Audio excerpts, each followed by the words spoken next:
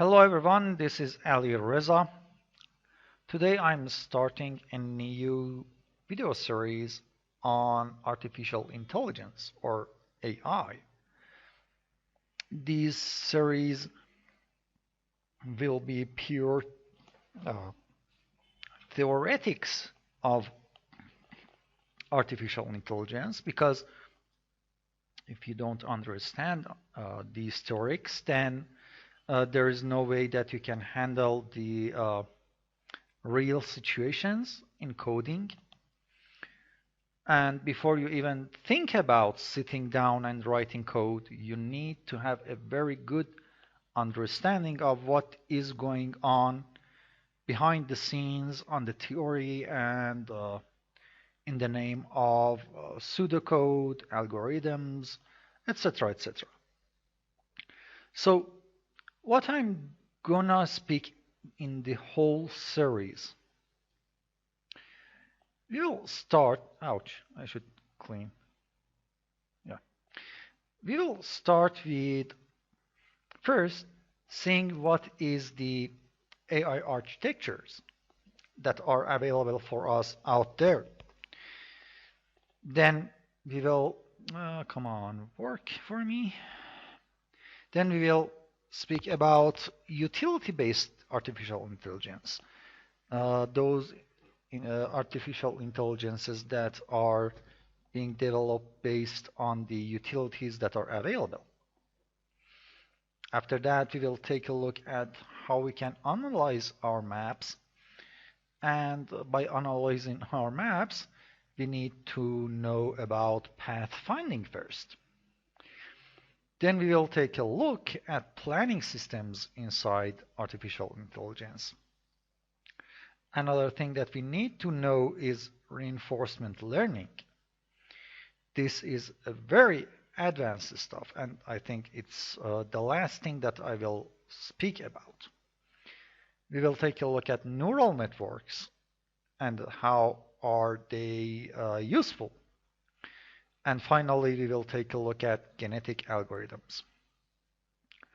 So, speaking about AI architectures, what is there inside any AI that makes it AI? There are some ad hocs there. There are some state machines, and these state machines has their subtypes as children, like finite state machines, like subsumption architectures, like hierarchical finite state machine or HFSM, state charts, behavior trees, and then we will have another architecture that is utility functions and planners and neural networks that are by themselves part of the architecture. And all of these stuff are advanced. So what we need to understand before anything else, what is the very basic thing for any type of AI? That is pathfinding. Now, do we know what is pathfinding?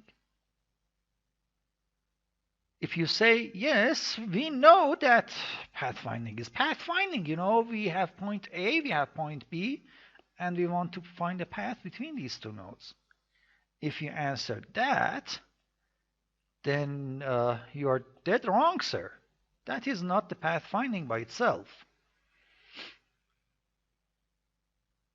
So, how do you find a path between two nodes, or by avoiding obstacles inside the environment? Well, there are some algorithms out there. We will speak about the oldest first and move toward the newer ones. I'm not gonna cover every one of them in this episode. We will speak about the basics because, as I said, if you don't understand basics, then there is no way for more advanced stuff. So, the very first algorithm that was developed was called deep first search. Actually, as I read in a web page, the very first guys that was using deep first search was Neanderthals. But much later, people started to write it down as an algorithm. And based on that, a better algorithm started to show itself, and that was called breadth first search. Now, breadth first search is the very first fundamental algorithm out there for first understanding your environment. And by using that, we can make a representation of the map around the character. That by itself won't let us do pathfinding. Then we will take a look at Dijkstra's algorithm that adds few stuff to BFS or breadth first search. And then Dijkstra's algorithm lets you do the very first path finding inside the map. After Dijkstra's algorithm, we will take a look at greedy best first search or GBFS that is totally different from Dijkstra. We will speak what is the difference between Dijkstra and GBFS and why GBFS was even invented. Then we will take a look at the very base fundamental of current day's pathfinding, and that is A star.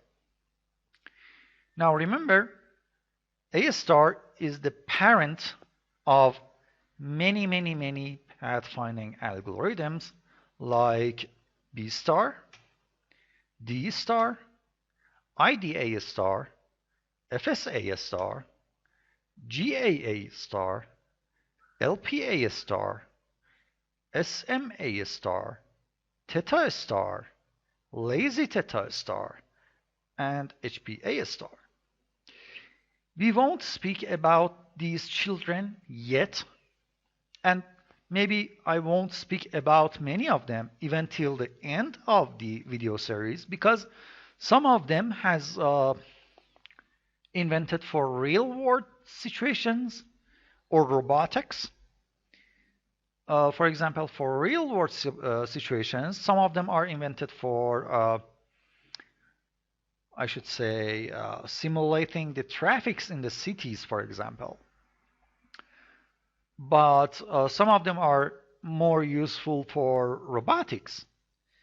In the world of game development, few of them actually has benefits, and we will see that in current days of advanced AI systems.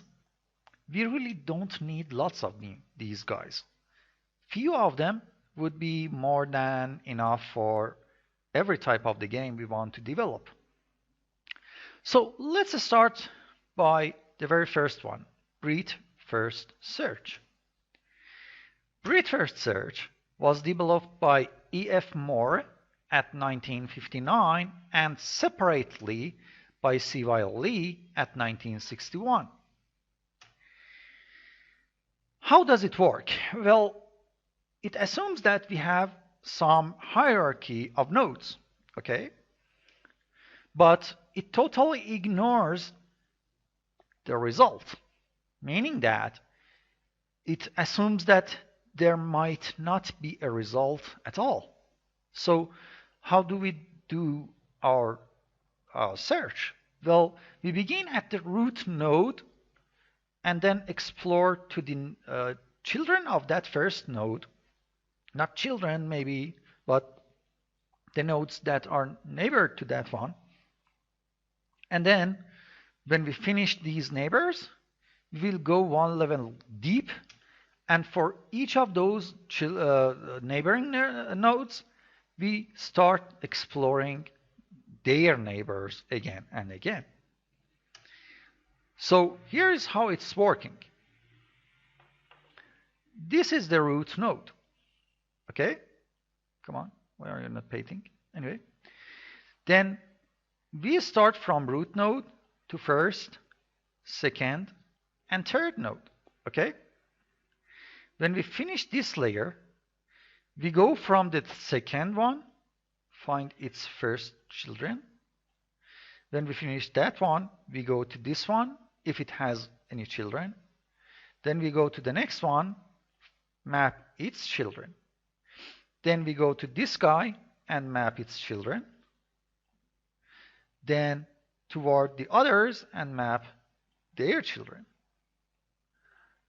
So by doing this, it looks like this. As you notice, the first parent found the two children. Then let's see, yeah. Then we work for B, find D and E. Then C, find F and G, and then E finds H. If we take a look at this animation for a few seconds, we will notice that it uniformed search method. It searches all the paths uniformly. Sorry, ununiformly. It expands and examines all nodes of the graph, no matter what. So even though some of these guys may not be the ones we are looking for as a solution, it expands and goes through every one of these solutions in the map. So it's exhaustively searching. And it doesn't have any kind of consideration about the goal we are giving it. The way it works through the node is that the first node that comes in is the first node that comes out. What does it mean? The first node that comes in is the first node that comes out. Then the other ones. Okay? That's the meaning of it. So there is a big issue with this algorithm, and that's the space needed as memory. Its complexity of this space is proportional to the number of nodes at the deepest level. How many nodes do we have in deepest levels indicate the space complexity, okay? But there is a very good benefit to this algorithm. This algorithm is complete. What does this mean? This means that if there is any sort of solution out there for what we want, it will definitely find it. If it swept through all the solutions but didn't find what we wanted, then we can be 100% sure that the thing that we want is not possible at all. That is the meaning of being a complete algorithm of search. Now, as we said, if we want to do pathfinding, we need to have a representation of maps. So for representing our maps, can we use BFS? Yes, we can use BFS, but you know, BFS has no understanding of the orders of the node. It's just sweeping through the nodes And if it finds the algorithm, it will come out of the algorithm and tells you that, hey, I found the solution. But for maps, especially for navigation maps, it doesn't understand the order, meaning that the deeper layers don't know who is their parent. So we can't do map representation just by the original BFS algorithm. What can we do? Well, modify BFS. But how? We simply give an attribute to each node, telling that, hey, you know what? This is the guy that looked for you. And then when he is looking for his children, he is telling his children that, you know, I'm the guy that I'm looking for you. And this algorithm is just a little modified BFS. So it has the same problems. What problems? Well, the exhaustiveness, the complexity, and all the things that we spoke till now. But it has the same benefits, meaning that it's, again, a complete solution. And if there is a way to find what we want inside the map, it will definitely give back the result. So let's take a look at in action, see if we can find a path now. This is how it works now. This node at here, if the animation resets, is the ones that are starting. You may notice lines drawing between these nodes one by one, okay?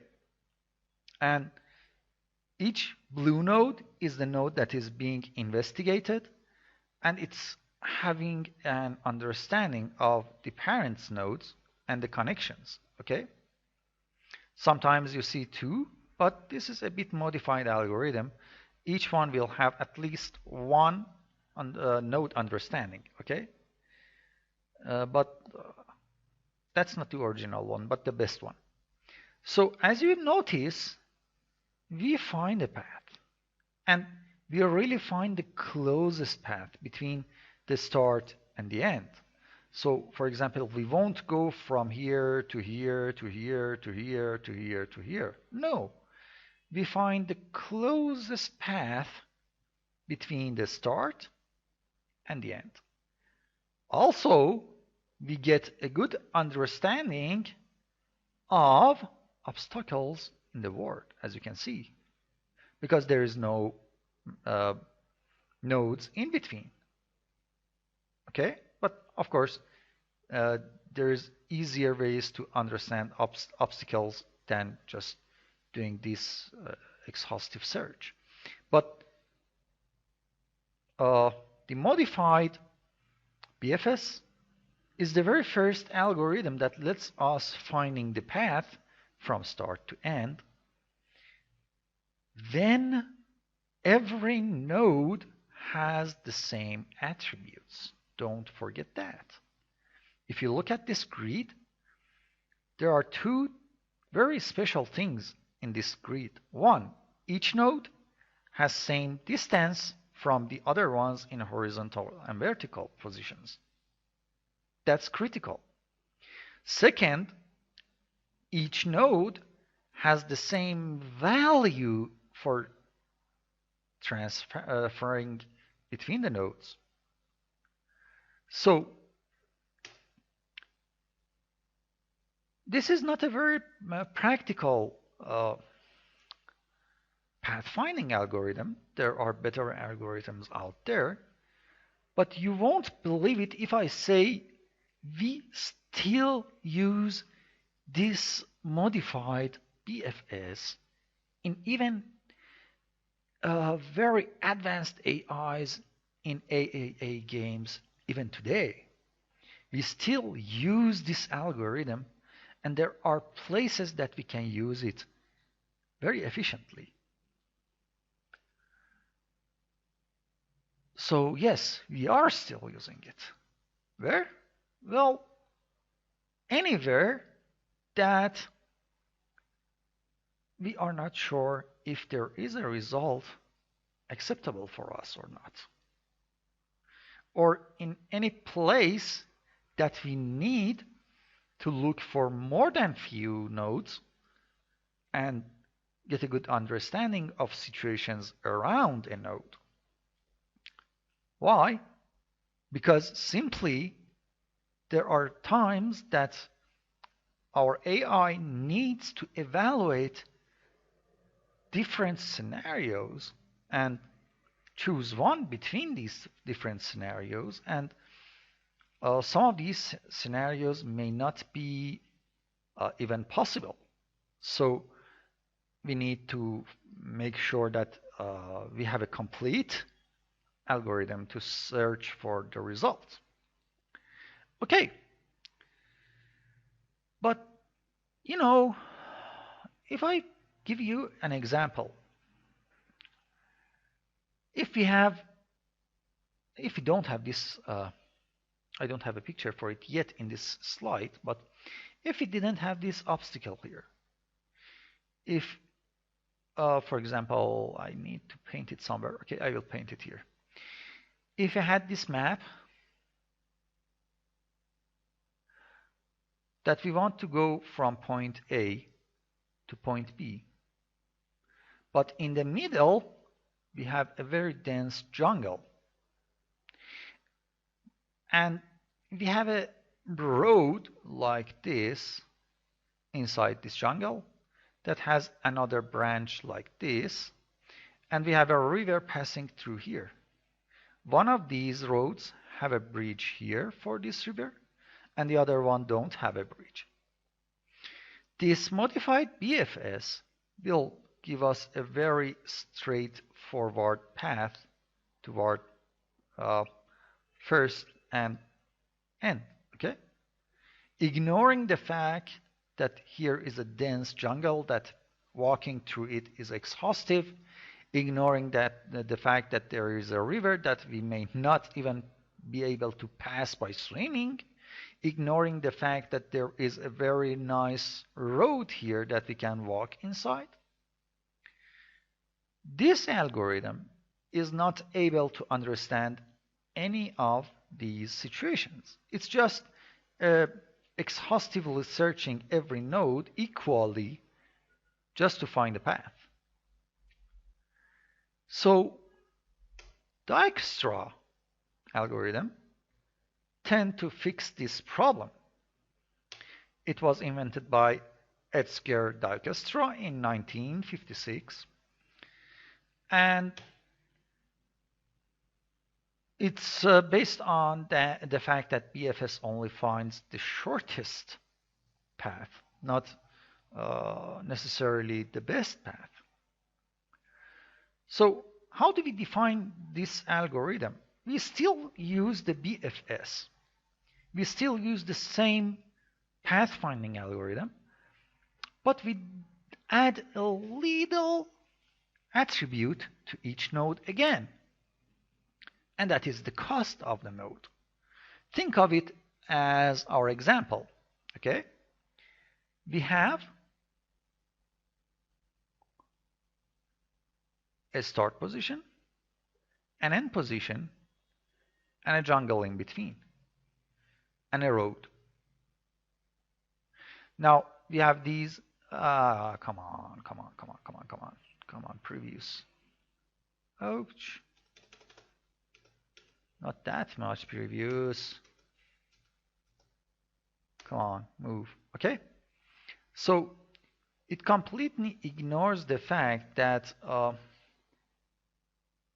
sorry, not ignoring the fact. We are adding attributes to these nodes.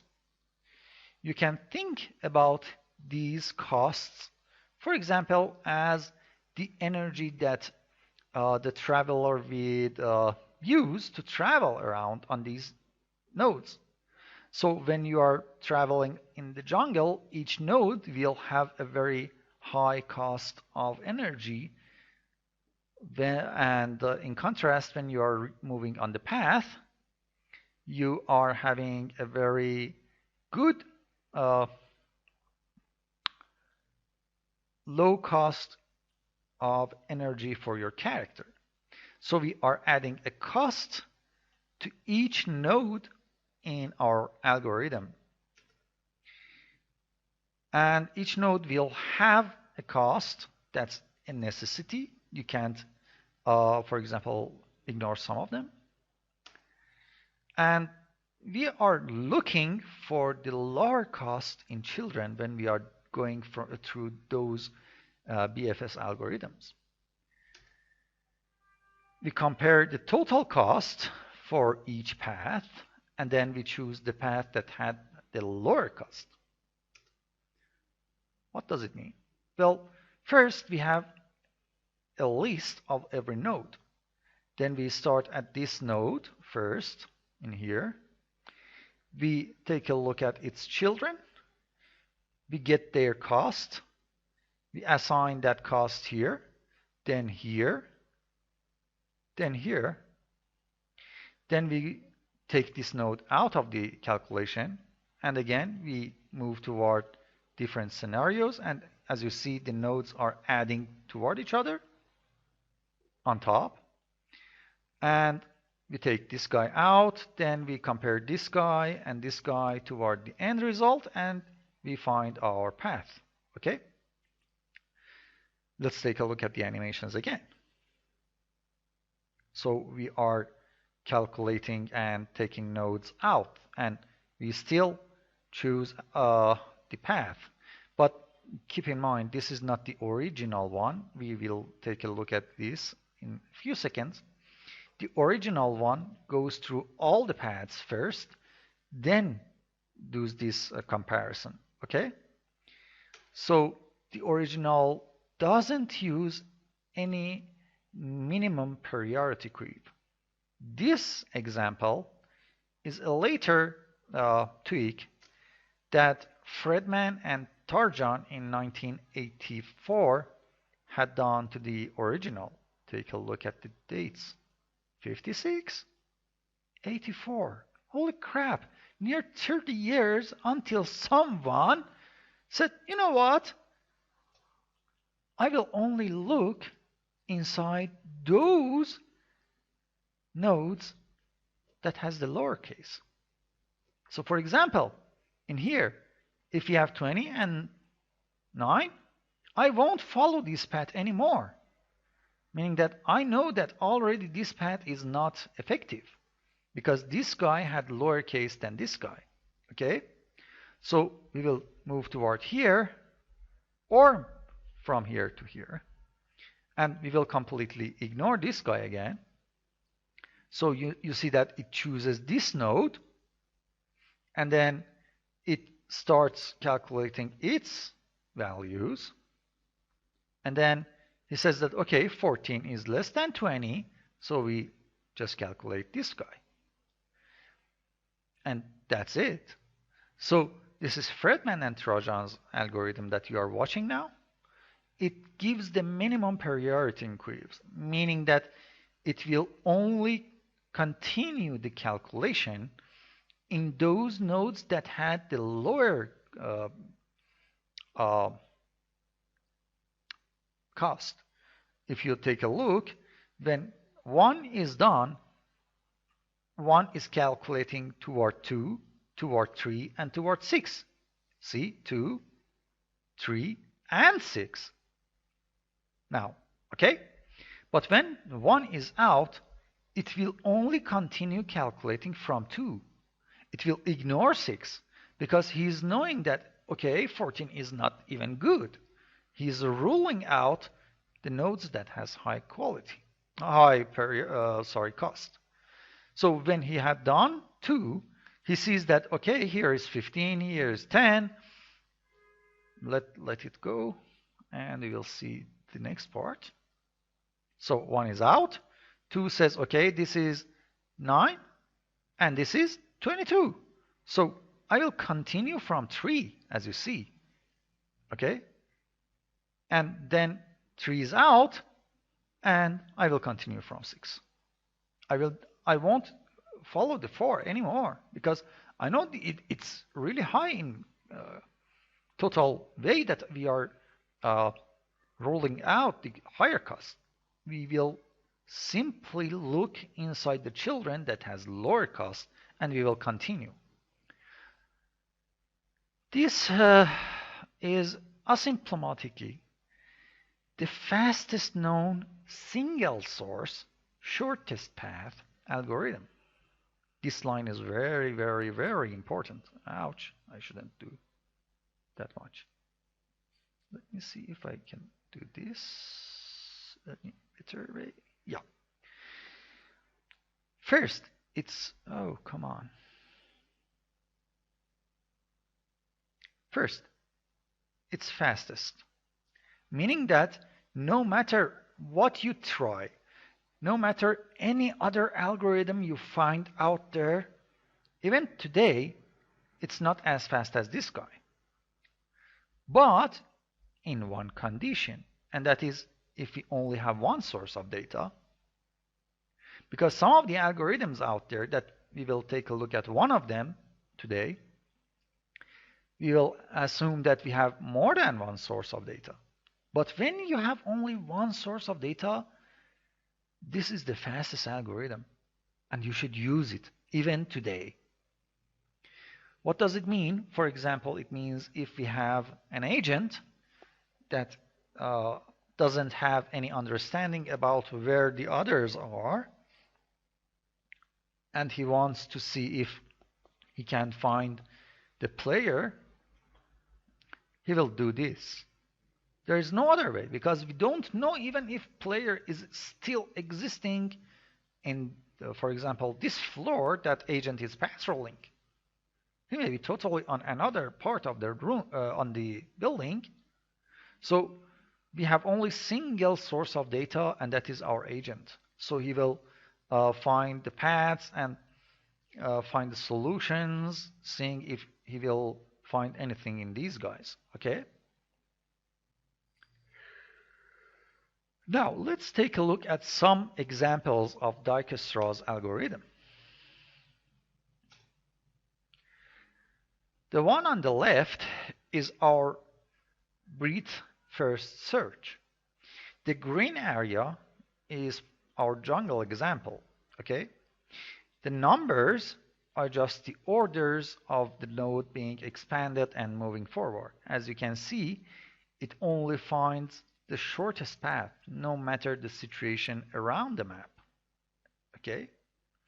On the other side is Dijkstra.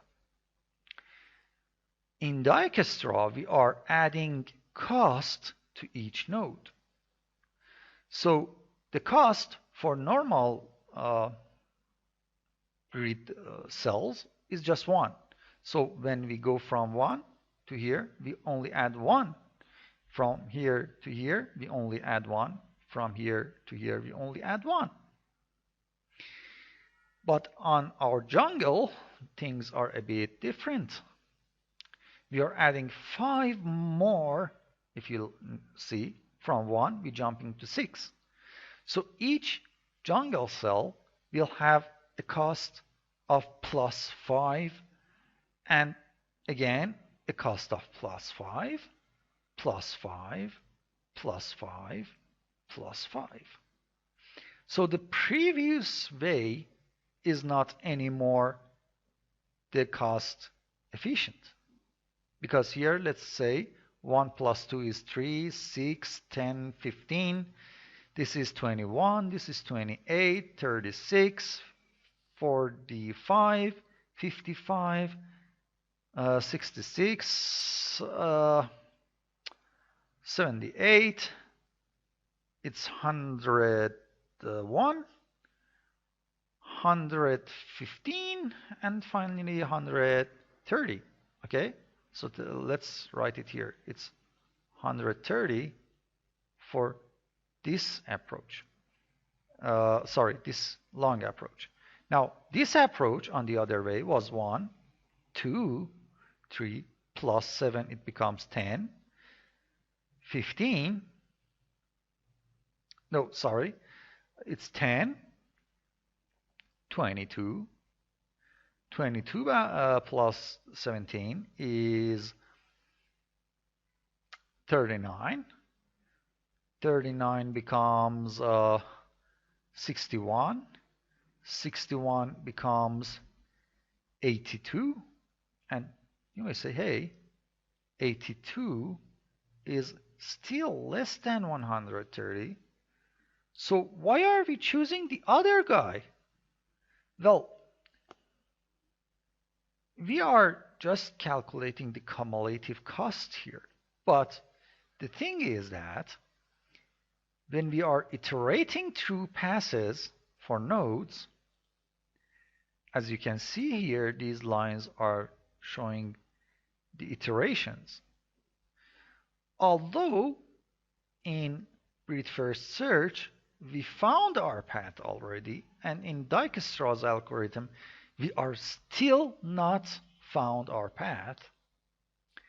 But in this guy, we are making sure that we are choosing the least caustic path, because this is a high cost here, as you can see, okay?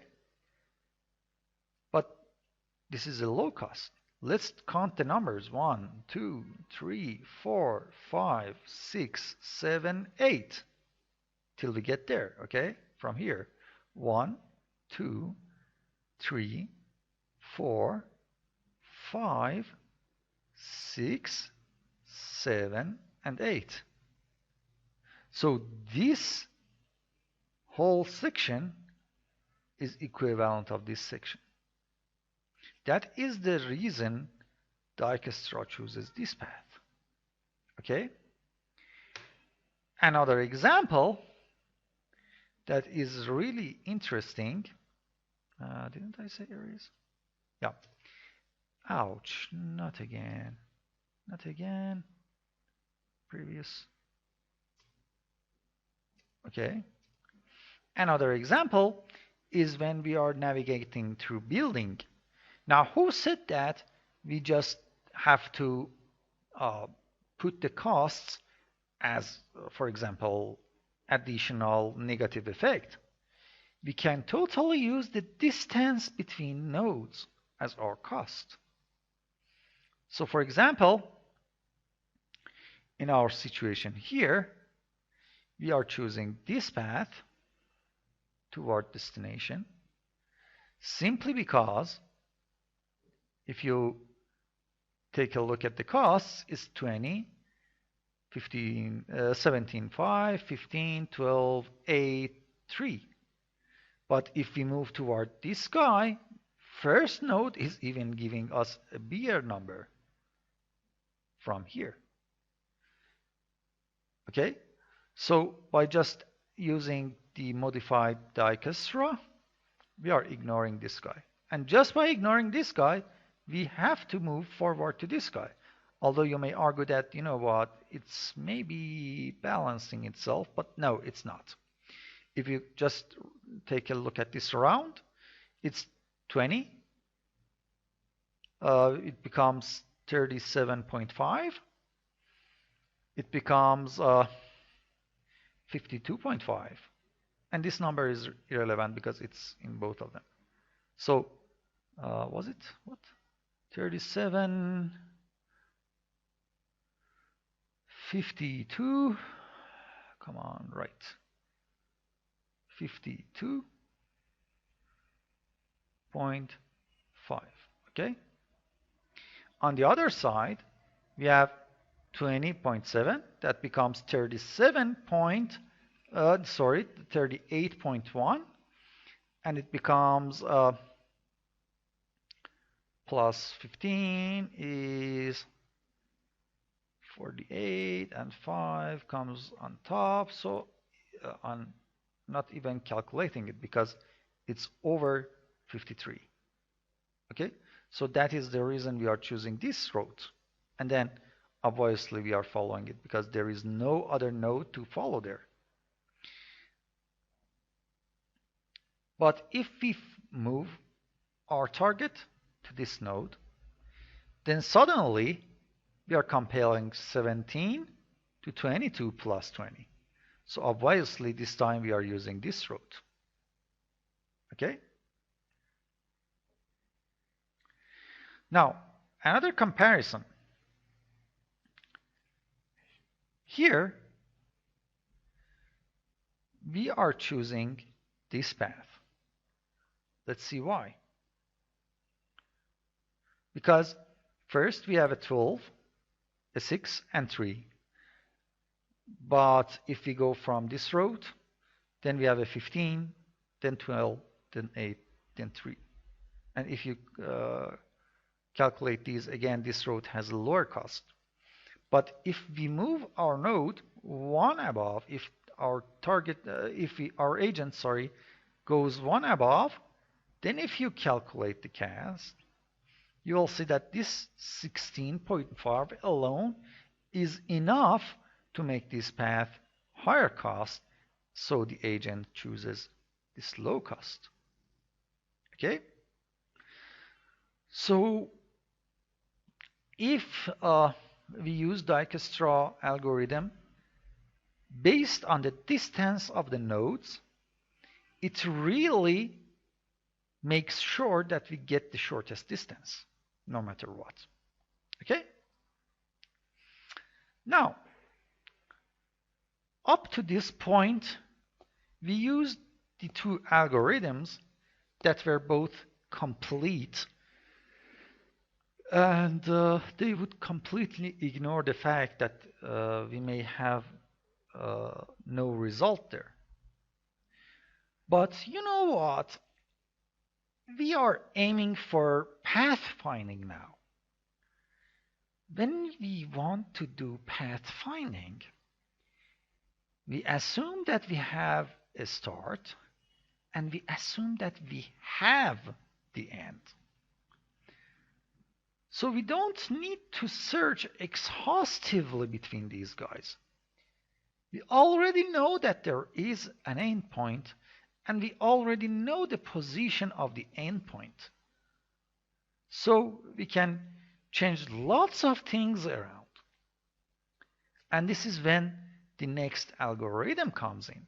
Greedy best first search, GBFS. Now, GBFS is using something that is called heuristic search. The term heuristic is used in computer programming for any type of algorithm that is trying to find the solution as fast as possible. And by heuristic search, we need to define at least a formula and use that formula. We define heuristic of 2 points, meaning point A and point B, as the absolute difference between their x and their y, being plus to each other. Of course, this is for 2D word. For 3D word, you can just add another plus and use the z component too. So this is the core formula of heuristic search in any kind of pathfinding in the games. Okay? Then there is another difference between GBFS and Dijkstra and BFS. In Dijkstra and BFS, we were estimating our distance from the child node that we are estimating it right now toward the start. But in greedy best first search, or GBFS, we estimate our distance from the child toward the end. So the closest way toward the goal will be explored first. We will ignore others. This is the result. This is breadth first search and the same steps being done in greedy burst first search. As you see, this is the amount of process happened inside BFS, and we already found our way toward the endpoint. And you see that we are not exhaustively searching. We are just examining the first nodes toward the end node, finding the best one, then doing it again, again, again, and again. And when we got here, say, hey, the straight line is always the closest one. Okay? Oh, why is it doing this? God damn it. Okay? Now, that was good in previous example. How about this example? Well, up to this point, everything is the same. But take a look at when things continue forward. What the hell? Although we still found our path faster than BFS, but hey, this is not the closest path. The closest path would be something like this. So, in BFS and Dijkstra, we are guaranteed to find the closest path, no matter phi. But in greedy best first search, we guarantee that we find any type of path faster, but we are not guaranteeing its length being the shortest. Now we come to the core of every one of the futuristic path findings called A star. Before I start speaking about A star, I want to mention that a few days ago when I was doing my research, I found this guy saying that A star is one of those articles that are being kept secret in game industry. I don't agree.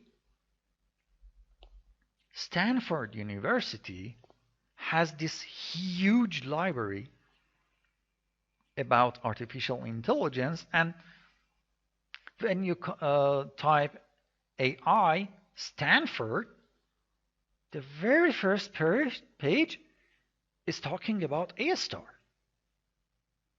And all these example pictures that I used in Dijkstra and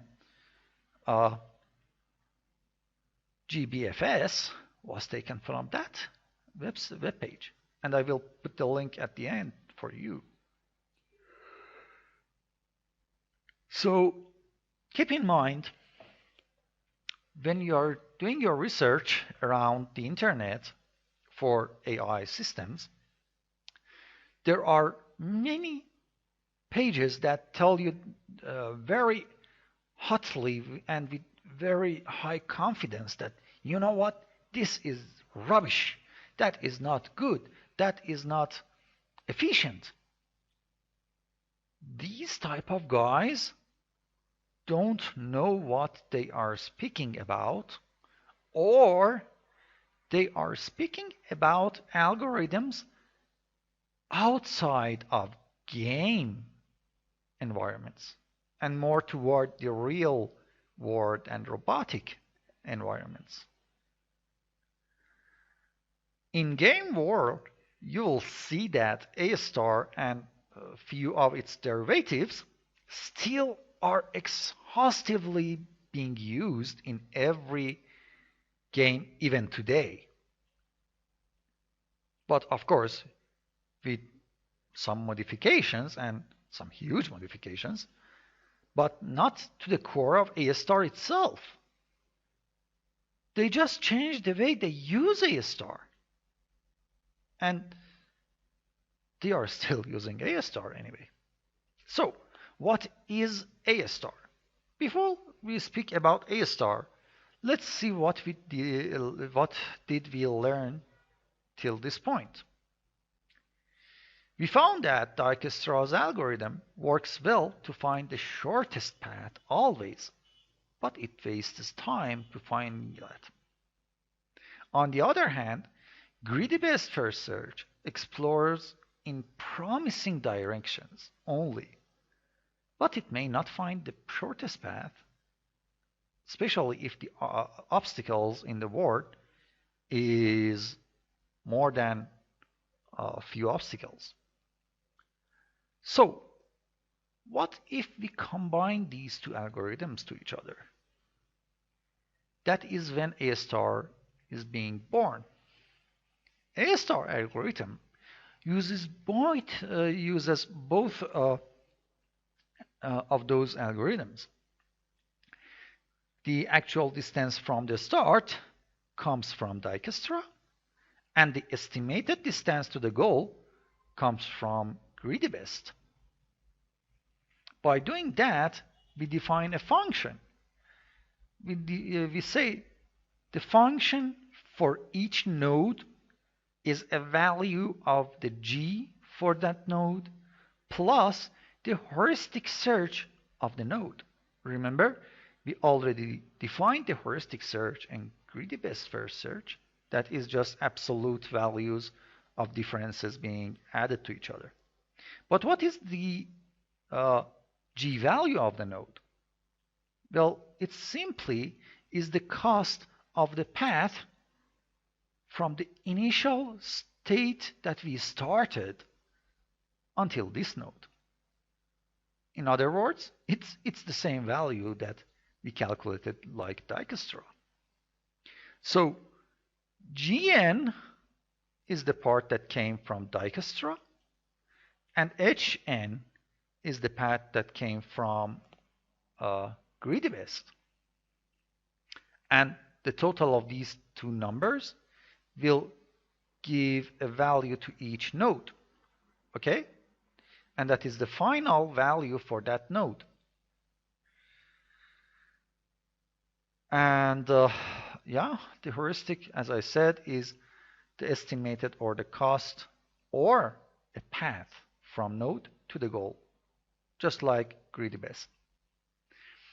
By doing this, Fn estimates the lowest total cost possible of any solution path going through the node n. Okay, what does it mean?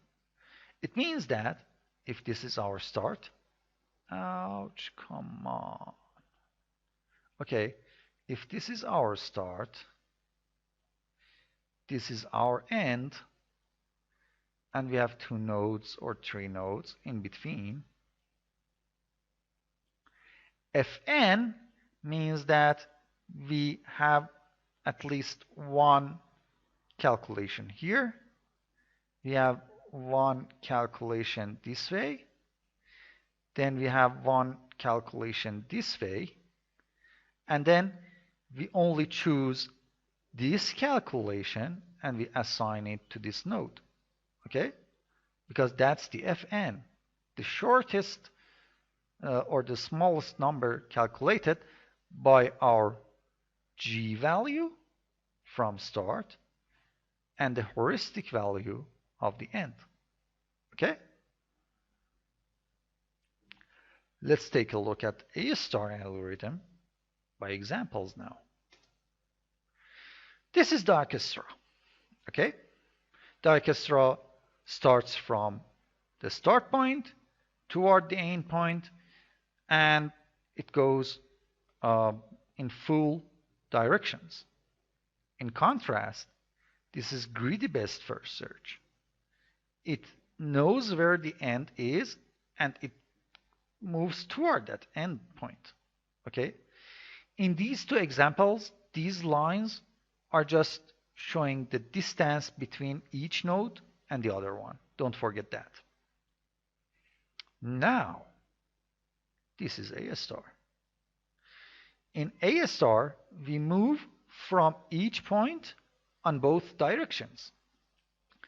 In this graph, these lines don't show the distance anymore, but they are showing the length of the path for each node. As you see, the more we go outside, the length of the path is getting bigger and bigger and bigger. Another example. This is Dijkstra. Okay? It finds the shortest, but it's exhaustive. This is greedy best. It's not exhaustive, but it's not finding the best solution, but some part of the solution is really good. And this is A star. The first part is coming from Dijkstra. The second part is coming from greedy base, and this is the total values for our calculations on each node. So we just search like greedy base because it's a heuristic search. But for each node, for each path that we are calculating, we are just summing these numbers to each other. Okay? So this path, for example, has lots of 25s being added to each other, has lots of 27s being added to each other. Okay? And that is it for A star. Wasn't hard, was it? So in this episode, we spoke about breadth first search, we spoke about Dijkstra, greedy best first search, and how we combine these two to define A star. We spoke about the conditions that you may still need to use breadth first search or Dijkstra, and the benefits and downsides of greedy best, and the very base functionality of A star and how it's being defined. Remember, we didn't provide any kind of real algorithm yet. Okay? We just gave you an example that this works. Now, here is an application that is SWF, and these dark blocks are obstacles. Think of them like walls, okay?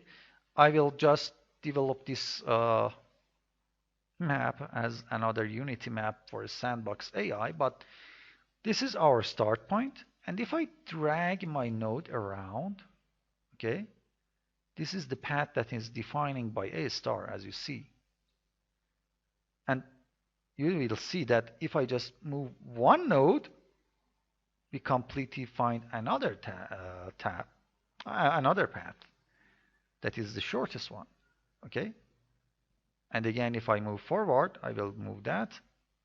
And you see that these 2 points, although they are beside each other, the shortest path is different. But no matter where I move this guy around, I'm guaranteed that first of all, if there is any possible path there, then I will find it. Now take a look at here. If I move it here, bam, there is no way. There is no path from here to here. But now there is a very direct path actually. Okay, so no matter what, A star finds the closest path. And even when I'm moving very fast, you see that A star is still being calculated fairly good, but there is something about A star. It's still an exhaustive search. So if you find somewhere out there someone saying that A star is memory costing and it's not a good algorithm, he's telling the truth, but he's aiming robotics, not the game. Because in game industry, well, today most of the computers has more than 4 or 5 gigabytes of RAM, and doing A star even between something like 4,000 nodes would take less than 100 kilobytes of RAM. So for games, A star is efficient. For robotics, on the other hand, no, this is not acceptable for any robot calculations. Okay? Especially if I move it down here. It's not acceptable at all. No. A robot shouldn't look for every node out there. It needs to find another solution to minimize these nodes going on and forth. And that is the reason you may find someone saying that, A star is not optimized. Yeah, it's not optimized. It's the very base algorithm, but we can still use it in games. And in future, I will tell you how we can improve on top of A star some other stuff, not the A star itself, but some other uh, AI stuff that will help us moving this path faster and easier. But no matter what, the path will be the same, but we won't, for example, look at here or look at here. Okay? So that is A star for you. I hope you guys enjoyed this episode. If you have any questions, this is my email, this is my YouTube channel, and you can find me on Skype. Feel free to ask any questions, and I will try to answer you the best I can. If you want to do any more research, here is the references that I used. Most of the images and that SWF file that you just saw me playing around with came from the first link.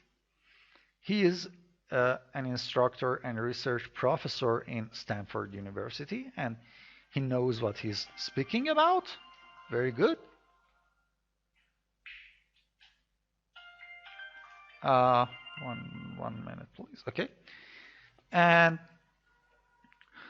this second link was used for that definition of the Fn, Gn, and Hn. I was not sure how to emphasize the words for those.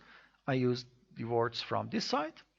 And the other three are just Wikipedia that I used for few pictures, especially on Breed First Search and Dijkstra. So, till next episode, have fun everybody. Bye-bye.